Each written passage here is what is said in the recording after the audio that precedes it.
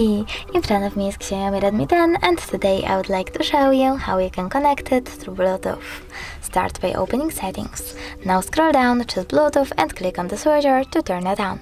Wait for available devices to show up and tap on the one that you wish to connect to.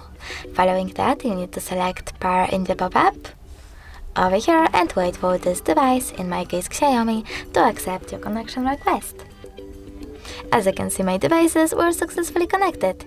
If you wish to disconnect them, you can always do that by clicking on this little icon of an arrow, I guess, next to the device, and tap on Pair.